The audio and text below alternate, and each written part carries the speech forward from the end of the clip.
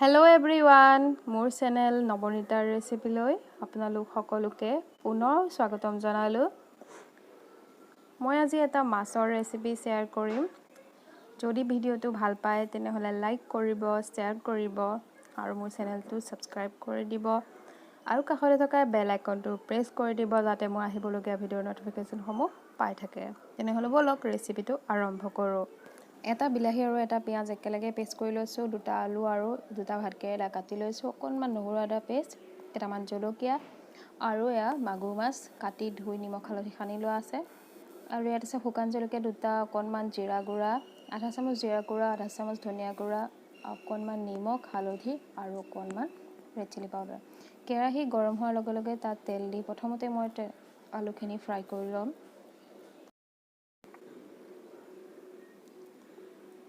এনেকৈ আলুখিনি ৰঙচুৱা হোৱাকৈ মই ফ্ৰাই কৰিলোঁ আৰু সেই একেখিনি তেলতে আকৌ মই ভাতকেৰেলাখিনিও ফ্ৰাই কৰি ল'ম।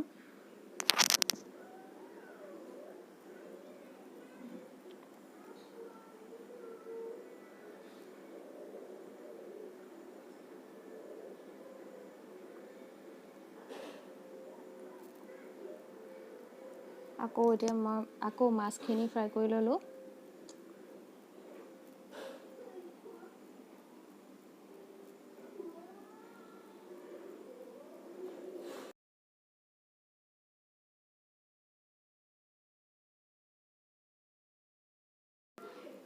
মাছখিনি ফ্ৰাই কৰাৰ পাছত সেইখিনি তেলতে মই কেইটামান গোটা জিৰা ফুটাই তাতে মই বিলাহী আৰু পিঁয়াজৰ পেষ্টটো দি দিছোঁ।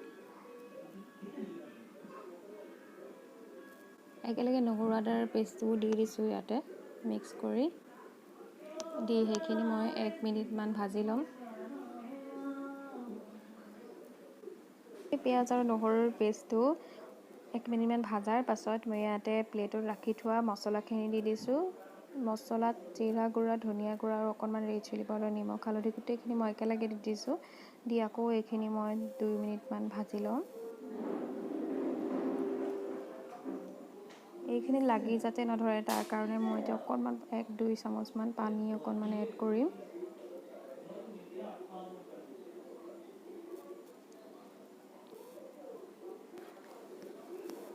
এনেকৈ 3-4 মিনিটমান মই ভাজি থাকিলোঁ আৰু এয়া আমাৰ মছলাখিনি প্ৰায় ৰেডি হৈ গ'ল, ভাজা হৈ গ'ল, তেল এৰিবলৈ ধৰিছে। মই ইয়াতে ফ্ৰাই কৰি থোৱা ভাতকেৰেলা আলুখিনি দি আকৌ অকণমান ভাজি ল'লোঁ।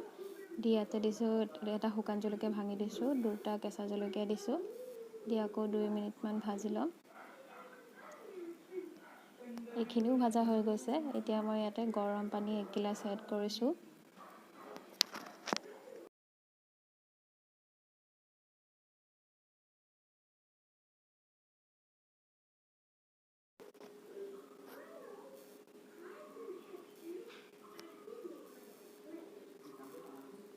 তৰকাৰীখন উতল আহিছে, মই ইয়াতে ফ্ৰাই কৰি থোৱা এতিয়া মাছখিনি দি দিম।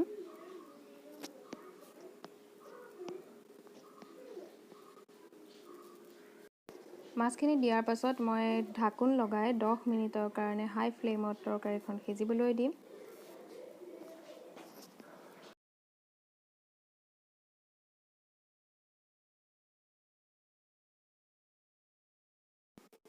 আৰু এয়া ঢাকোন আঁতৰোৱাৰ পাছত তৰকাৰীখন ৰেডি হৈ গ'ল আৰু গৰমে গৰমে ভাতৰ লগত পৰিৱেশন কৰক।